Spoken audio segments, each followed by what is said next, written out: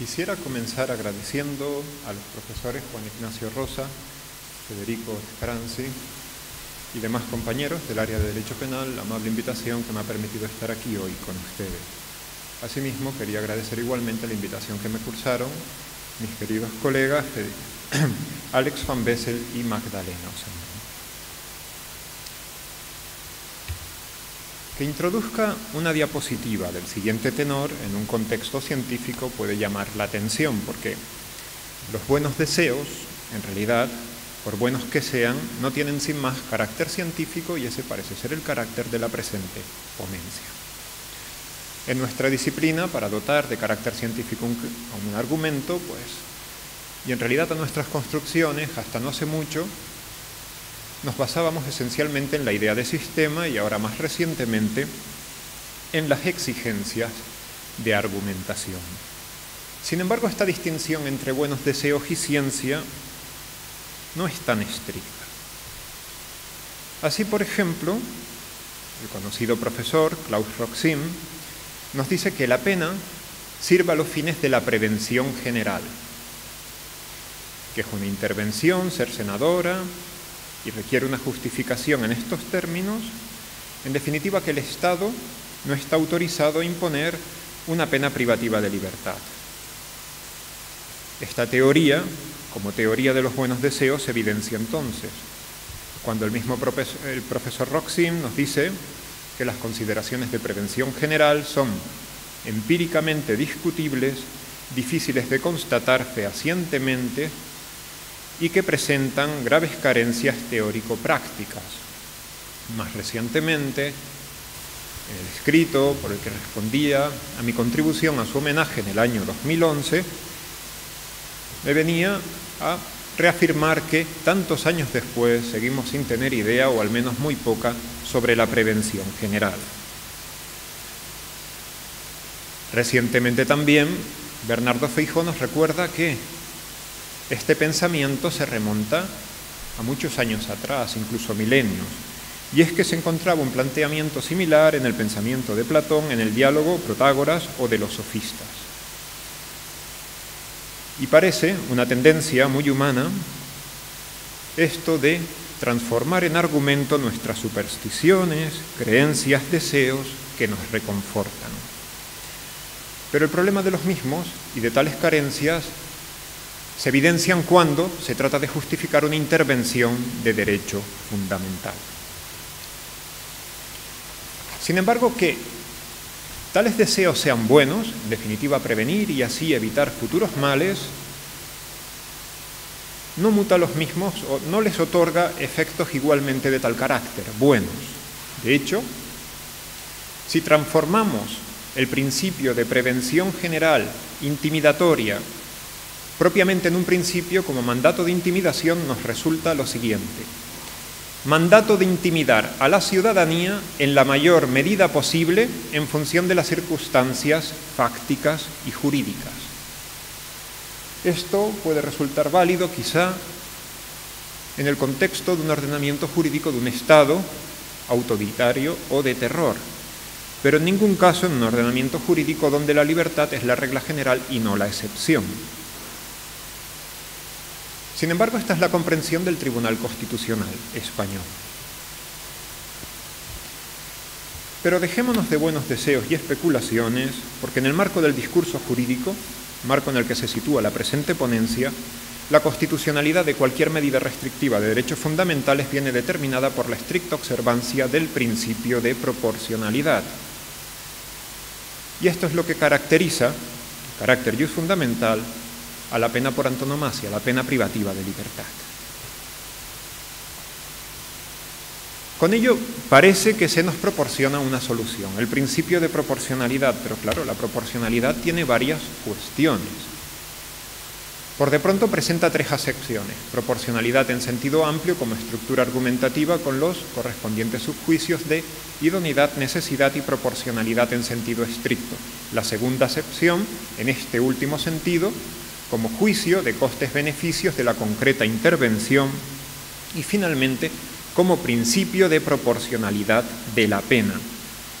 que es el que atiende e informa directamente a la consecuencia jurídica y es lo que nos va a ocupar hoy aquí. Al respecto puede resultar ilustrativa la sentencia del Tribunal Constitucional Español del año 97 sobre el delito de negativa a someterse a pruebas de alcoholemia. Pero claro, con esto tenemos un nuevo problema, porque ¿qué es proporcional? Un primer criterio nos pudiera ofrecer quizá la fórmula del peso.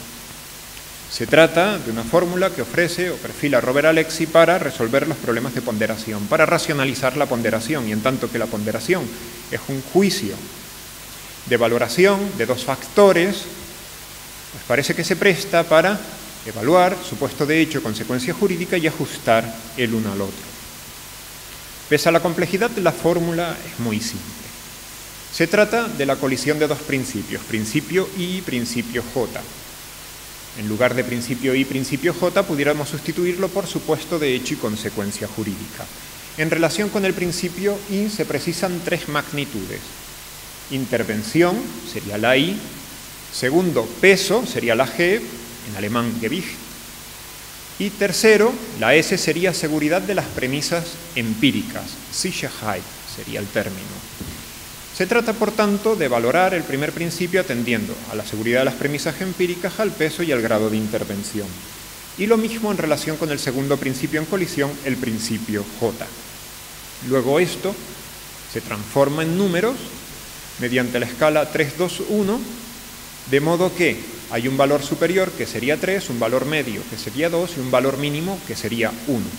Por ilustrarlo con un ejemplo, si tuviéramos aquí, en lugar de la colisión de los principios I y J, el artículo 391 de este Código Penal, el delito de homicidio, en el primer supuesto tendríamos una intervención, una afectación del bien jurídico vida, con lo cual el peso abstracto sería alto, dado que la vida es un derecho fundamental, le atribuiríamos un 3, el grado de intervención sería grave, porque se supone el fin, matar, luego nuevamente un 3, y la seguridad de las premisas empíricas, en este caso con carácter general, en perjuicio de excepciones, pues permite una seguridad alta. Ahí está el cadáver y ahí está la cabeza y el sujeto está muerto. Luego tendríamos 3 por el grado de intervención, 3 por el peso y 3 por la seguridad de las premisas empíricas. Y en la parte de abajo, en lugar del principio J, tendríamos la consecuencia jurídica, que es la pena de presidio.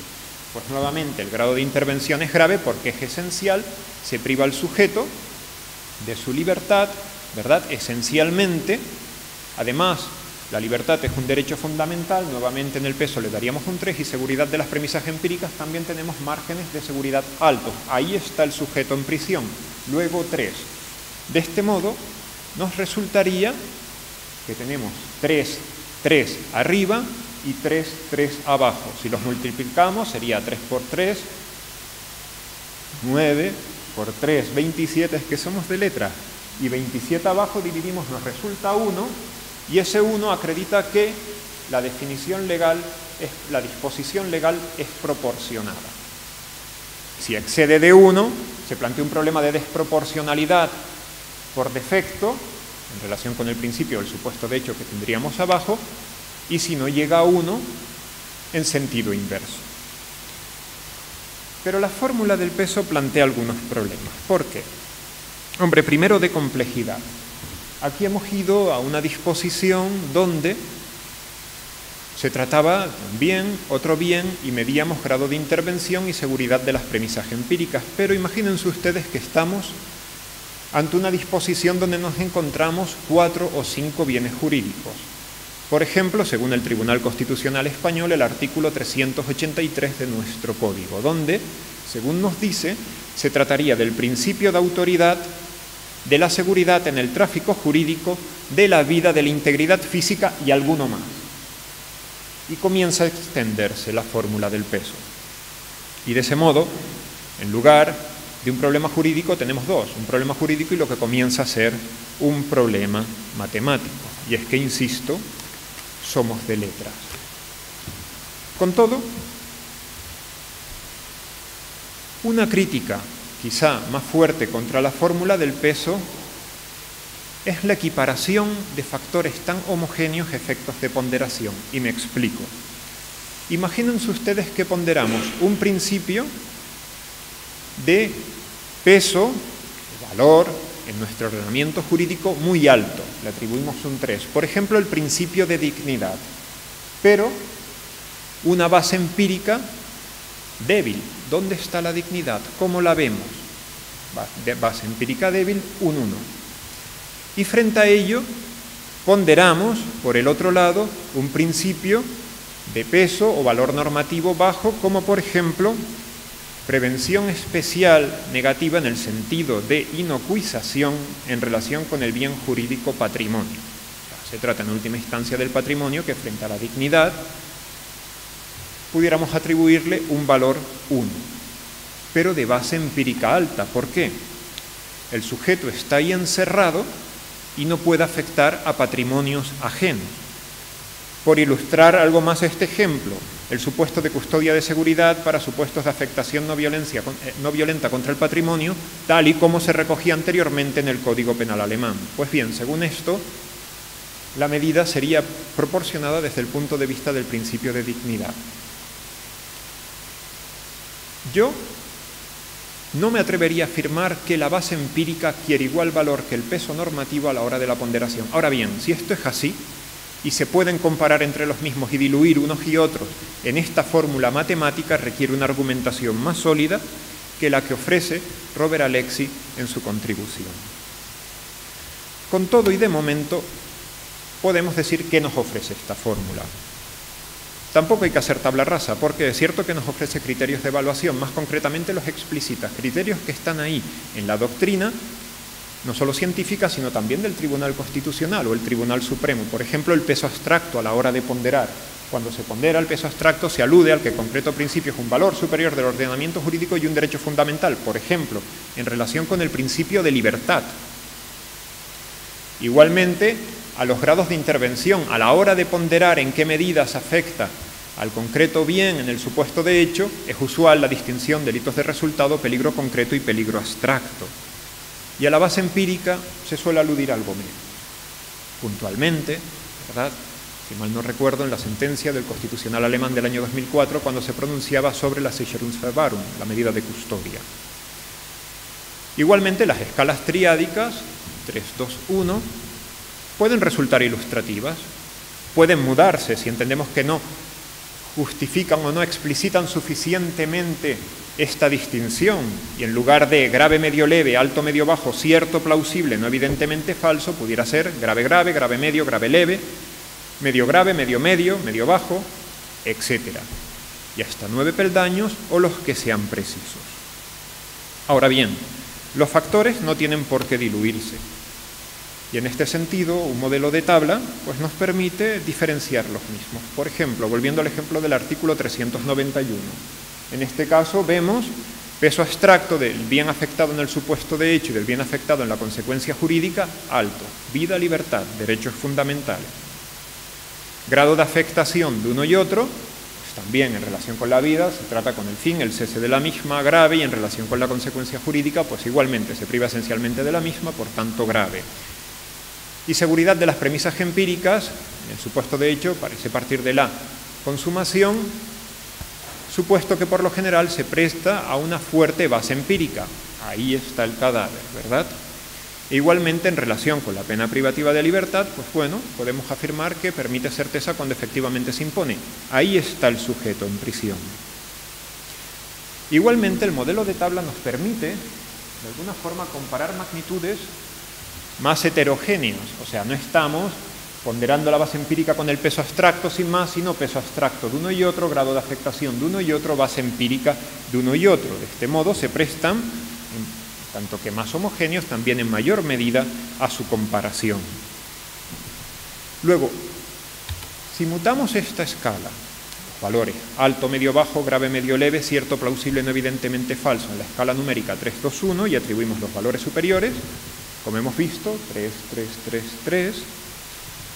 La proximidad entre los valores atribuidos a supuesto de hecho y consecuencia jurídica nos permitiría de forma provisional y sin perjuicio de ulteriores matices responder afirmativamente a la cuestión de la proporcionalidad del artículo 391 de este Código Penal. Con ello, ¿qué hemos avanzado? de momento y básicamente un esquema, una tabla de ponderación. Imaginemos que en lugar de tratarse estrictamente de supuesto de hecho y consecuencia jurídica, se trata de una cuestión previa, que concierne al legislador o en un momento posterior concierne evaluar al Tribunal Constitucional. Y en lugar de supuesto de hecho y consecuencia jurídica, se trata, por ejemplo, de los principios de prevención especial y prevención general. Nuevamente, tendríamos que precisar peso abstracto de uno y otro, grado de afectación e intervención de uno y otro, y base empírica de uno y otro. Sin embargo, aún no hemos avanzado nuestra principal objeción al modelo de Rovere-Alexi, y es básicamente que descuida el componente argumentativo. ¿Por qué? Porque toda atribución de valor, por ejemplo, en el desarrollo de una argumentación sobre la proporcionalidad del artículo 391 del Código Penal chileno, toda atribución de valor requiere de una previa justificación. ¿Por qué? Porque si no muta en una forma de falacia, en una petición de principio y pierde su función en ese contexto, en un contexto de argumentación. Por otra parte, este descuido del componente argumentativo se evidencia en supuestos como los siguientes. En relación con el artículo 138 o 391 de este Código Penal, vemos que aun cuando el legislador no explicita el bien jurídico, lo cierto es que éste se puede inferir tanto del verbo típico como de la rúbrica que utiliza en este Código Penal. Si mal no recuerdo, de homicidio. Se trata de la vida, de lesiones a la misma, y en este sentido cabe establecer un paralelismo entre un artículo como el 138 o el 391 del Código Penal chileno con los argumentos entimemáticos, esto es, aquellos que no se explicitan pero se encuentran implícitos en la propia proposición o, en este caso, en la propia disposición legal. Frente a ello, un artículo como el 383 de nuestro Código Penal no permite establecer un paralelismo con una forma de argumento, sino más bien con una forma de falacia, concretamente con una petición de principio. ¿Por qué? Porque nuestro legislador agota toda la argumentación en la propia disposición, sin que precise suficientemente cuál es el bien afectado en el supuesto de hecho. Ilustrativa al respecto es la sentencia antes comentada, la del año 97, pero de interés aquí es que la exigencia de proporcionalidad, de estricta observancia de proporcionalidad, puede plantear cuestiones de argumentación incluso previas al juicio de ponderación. ¿Cómo vamos a ponderar si aquí no sabemos todavía cuál es el bien afectado en el supuesto de hecho? Y con ello, en los papeles que tienen ustedes a disposición, ven cómo el correspondiente esquema va acompañado de una serie de reglas de argumentación. Así, por avanzar algo más, hay principios que, o en esta misma línea, hay principios que plantean cuestiones tanto de peso como de argumentación. Por ejemplo, antes hablábamos sobre la estructura normativa del principio de prevención general, que, como veíamos, carece de peso en nuestro ordenamiento jurídico en la medida en que niega el principio de libertad. Sin embargo, este principio de prevención general, entendida como intimidación, una vez que se refiere a un bien jurídico concreto, adquiere de este peso en derecho y se presta entonces también a ponderación. Y ello se puede subrayar de este modo: la expresión antes comentada de intimidar a la sociedad, a los ciudadanos, en la mayor medida posible en función de las circunstancias fácticas y jurídicas, cambia sustancialmente. Ya no se trata de intimidar con carácter general, sino de intimidar o disuadir de realizar un concreto tipo de conductas, esto es, agresiones dolosas contra el bien jurídico, vida. Luego se trata de una primera regla de argumentación que inferimos de la estructura normativa del principio de prevención general y que señalamos en ese marco de un esquema de ponderación. Igualmente cabe señalar otro ejemplo en relación con el principio de reeducación y reinserción social. Este principio en nuestra Constitución se encuentra expresamente consagrado en el artículo 25.2 de nuestra ley fundamental y parece que procede subrayar la constitucionalización de este principio a efectos de ponderación con una regla como la siguiente. La ponderación del principio de reeducación y reinserción social con principios no expresamente constitucionalizados genera una carga de argumentación que juega a favor de la prevalencia del peso abstracto de aquel primero. De este modo, lo que se pretende es básicamente también responder a la tendencia de nuestro Tribunal Constitucional, y es que equipara un principio consagrado en el artículo 25.2 de nuestra Constitución, en definitiva, donde se ubican los derechos fundamentales y libertades públicas, con otros principios de la pena que ni siquiera se molesta en especificar. Y es que nos dice que este está recogido en ese concreto lugar de nuestra ley fundamental, no tiene mayor peso ni eso supone significación que le dé mayor valor frente a principios como retribución, prevención general, etcétera, etcétera. Luego esto de etcétera, etcétera son nuevos principios de la pena según el Tribunal Constitucional Español. ¿Y qué ha propiciado todo esto? En definitiva, su disolución y el sistema penitenciario que tenemos, que según apunta la doctrina, materialmente resulta inconstitucional. Luego, recapitulando un poco hasta aquí, ¿qué es lo que he tratado de esbozar muy brevemente en los papeles que he puesto a disposición de ustedes? Una teoría de la pena, pero una teoría de la pena que se preocupa o atiende primeramente al análisis y evaluación de los principios que informan la misma, para deducir de estos cargas de argumentación que deban considerarse en el juicio de ponderación. Esa sería la idea. La regla señalada en relación con el principio de prevención general la deducimos de la estructura normativa de tal principio, y en relación con el principio de reeducación y reinserción social de su consagración en la ley fundamental. Sin embargo, cabe inferir igualmente reglas de la propia praxis, por ejemplo, de la doctrina de nuestro Tribunal Constitucional. Por poner dos ejemplos. Nuestro Tribunal Constitucional siempre se empeña por salvar a toda costa la constitucionalidad de las disposiciones y con frecuencia alude a bienes o intereses que pretenden proteger las disposiciones en cuestión sin que justifiquen qué medida tienen que ver estas disposiciones con tales bienes o intereses. Ello pudiera llevarnos a sugerir una regla del tenor siguiente, aunque parezca obvia. La comprensión de un supuesto de hecho como lesión de un derecho fundamental requiere de una argumentación previa que justifique la adscripción de la posición lesionada a ese concreto derecho fundamental. Sin embargo, este desarrollo argumentativo del juicio de proporcionalidad nos permite algo más.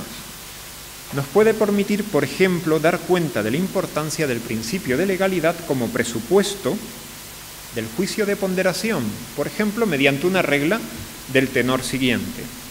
La comprensión de un supuesto de hecho como lesión de un derecho fundamental requiere de una vinculación semántica que justifique la adscripción de la posición lesionada a ese concreto derecho fundamental. Luego se exige una vinculación semántica entre el supuesto de hecho de la concreta disposición y el bien al que recurre el Tribunal Constitucional para salvar la constitucionalidad de la misma, aproximándome aquí a posiciones mantenidas por autores como Magdalena o Sandón.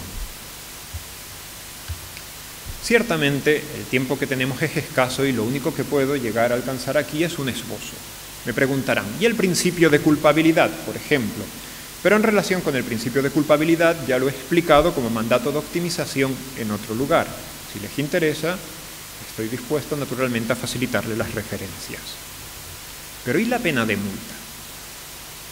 Porque hasta ahora hemos hablado de derechos fundamentales. ¿Y la pena de multa? Precisemos primero la regla de estricta observancia.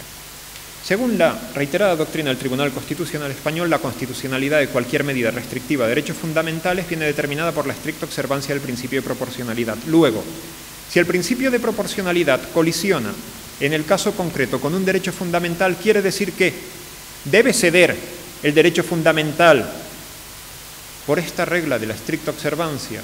Entendemos que no. En este sentido, por ejemplo, en la doctrina apunta Carlos Bernal que los derechos fundamentales ostentan un valor máximo a efectos de ponderación, y también en esta línea se pronuncia nuestro Tribunal Constitucional. Pero entonces, ¿cómo entendemos esta regla de la estricta observancia? Como una prevalencia prima facie, esto es, derrotable mediante ulterior argumentación.